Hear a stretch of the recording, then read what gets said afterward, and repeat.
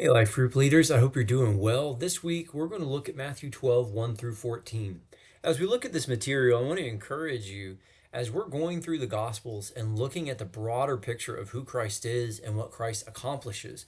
Don't miss out on the repetition and the emphasis that the Gospel writers want us to see. One, that Jesus is God, He has authority over physical, spiritual, nature, creation, all the things. Because when we are helping our people see who Christ is, we cannot miss on his divinity. We do want to emphasize his humanity and his divinity, but in our culture today, a lot of people don't really understand who Jesus is and they miss out. They think he's a good teacher. And so a lot of our family members, they might know of Jesus, but they don't believe in Jesus. So we want to help our people to be equipped to share that message with others. So this week we're going to look at some interesting things.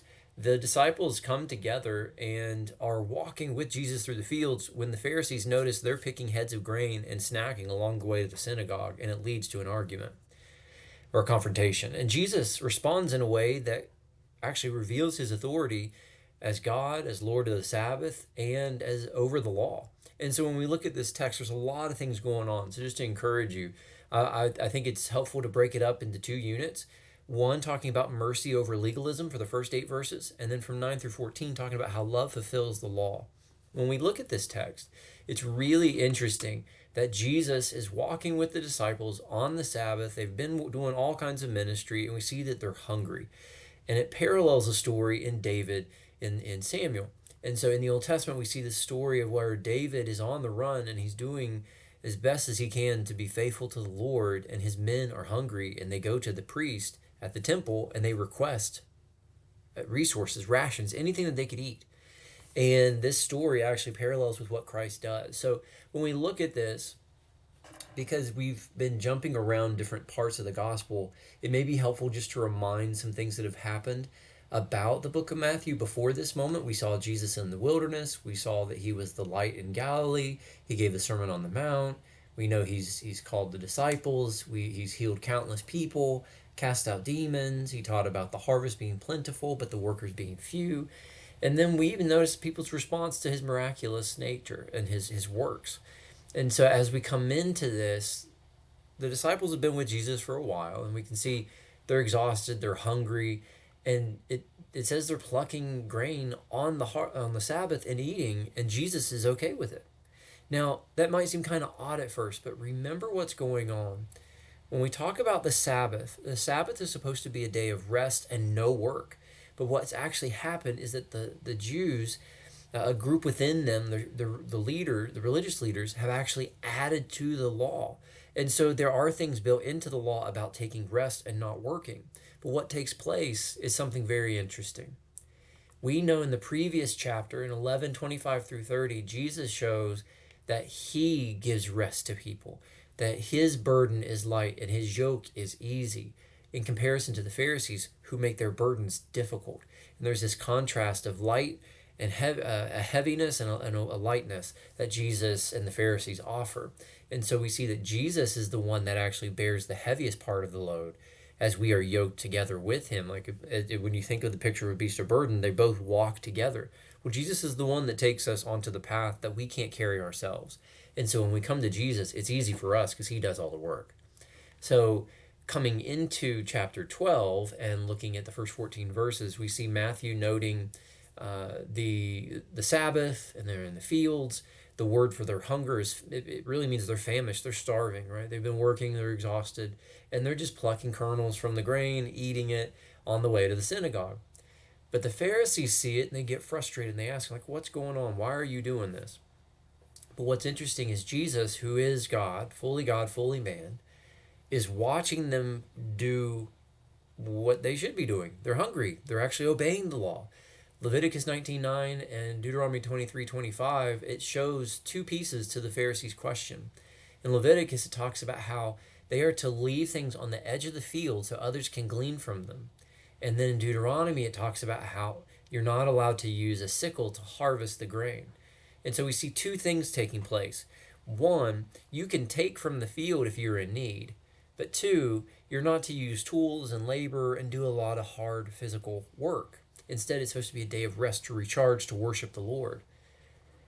When you look at these passages, we see that it's okay. It is actually lawful for them to be doing what they're doing, and that God built into the law a way to help those who couldn't care for themselves, those that were in need, those that would need provision that may not have been able to afford it.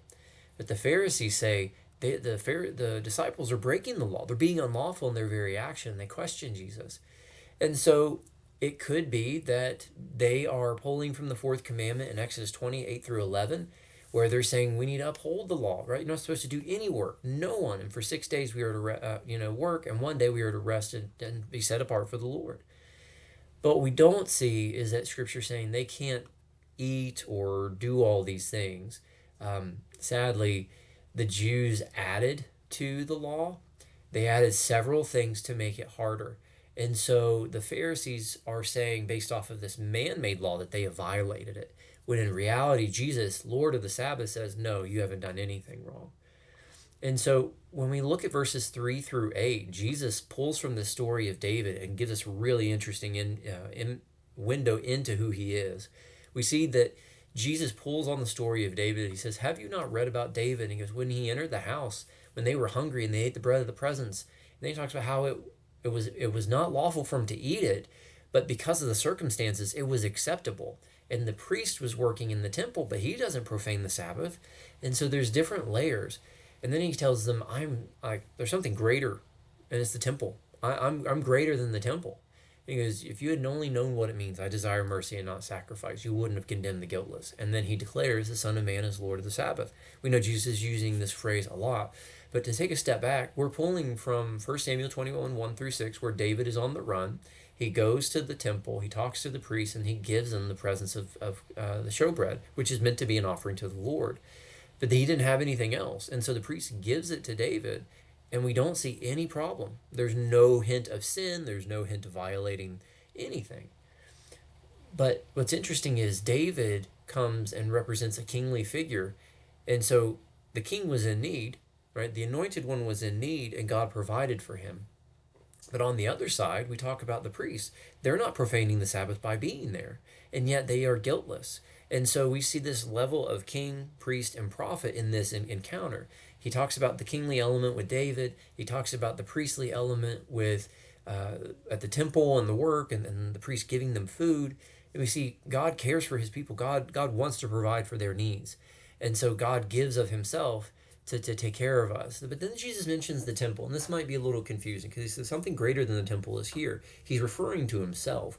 But what is the temple? The temple in the Old Testament represented God's dwelling place among Israel so people could have free access to him and be able to worship him and make their offerings. But according to John 1, Jesus comes in the flesh and dwells in tabernacles among his people, and they don't even realize it. So when you think about Jesus, Jesus is actually saying, I am the better temple because I am God incarnate. You can interact with me. But the Pharisees don't understand. And so one commentator is helpful. He describes this as showing Jesus' argument reveals he's greater than the temple and David. And ultimately that he alone is Lord of the Sabbath, and he dictates what is lawful. And so he moves on to Hosea 6:6 and talks about, for I delight in faithfulness, not simply in sacrifice. I delight in acknowledging God, not simply in a whole burnt offering. The idea is that our heart should be about glorifying God, not about religious practices, but about understanding who he is, believing in him and trusting in him and worshiping him. But what's taking place is the Pharisees completely miss it, and Jesus calls them out for it. He goes, if you had only understood, these guys are sinless. They've done nothing wrong. And Jesus reveals his godhood. He talks about the prophet, priest, king, and now he's showing he is God. By saying he is the Son of Man, again, echoing Luke, constant use of Jesus' title, referring to himself, Daniel 7, about the one who's been given dominion and glory and a kingdom, that all people and nations and tongues would serve him because his dominion is everlasting. There's a parallel here. Jesus is saying, yes, I am fully man, but I am fully God, and I have every right to dictate what my disciples do. And the Pharisees miss it. And so one thing that the Lifeway put together, it says, God's mercy allows his son Jesus to die on the cross for humanity's sin. We've missed the mark of God's holy standards of the law, but through Christ we are rescued from the penalty of death because of his love and goodness. And because of his love and goodness, that's what should motivate our actions and how we understand the Old Testament law. So when you get to 9 through 14, Jesus really expands on this. That love is what fulfills the law, being generous and merciful towards others and providing for their needs and caring for them. That's what God values. Because as they enter the synagogue, it notes there's a man with a withered hand, and the Pharisees say, "Well, is it lawful to heal on the Sabbath?" That seems like a no-brainer to us. If you could help someone who is in desperate need, wouldn't you care for them? So Jesus pushes it even further, and he looks at them and he goes, "Which is more important? Which one of you would help a sheep if they fell into a pit on the Sabbath? Wouldn't you take hold of it and lift it out? Wouldn't you care for your creature? Sure, the creature could be a sacrifice, it could be food, it could be, with the wool, whatever it may be, but you would protect that sheep. You would save it." Jesus then says, "How much more is valuable is a man than a sheep?" And this is revealing God's image in man, right? Genesis 1:27, and that we're made in his image and his likeness, male and female, he created them. And so the beauty of this is that we are more valuable than a sheep. And so Jesus is setting them up, saying, well, obviously he's more important. So why wouldn't you want to do this for him? If you would do it for your sheep, you should do it for your fellow man. So Jesus actually commands the man to open his hand, and the man obliged. And now his hand works perfectly, and it says it's healed just like the other one. So there's recreation taking place, again, revealing his divinity and his authority. So when we look at this, we see that the man was restored, but the Pharisees become bitter and they continue to plot against him. And so as we think about this and we encourage our people, we want to help our people understand God desires us to be merciful to others in need. It's not about following a set of rules. It's about being faithful to a person, God himself, and representing him well because we are his image bearers. And so Jesus is Lord of the Sabbath. And unfortunately, we see that the Pharisees, they were the unlawful ones. So as we encourage our people, help them to see how we can be more merciful throughout the week. If you have any questions, please let me know. And I hope you have a great week. God bless.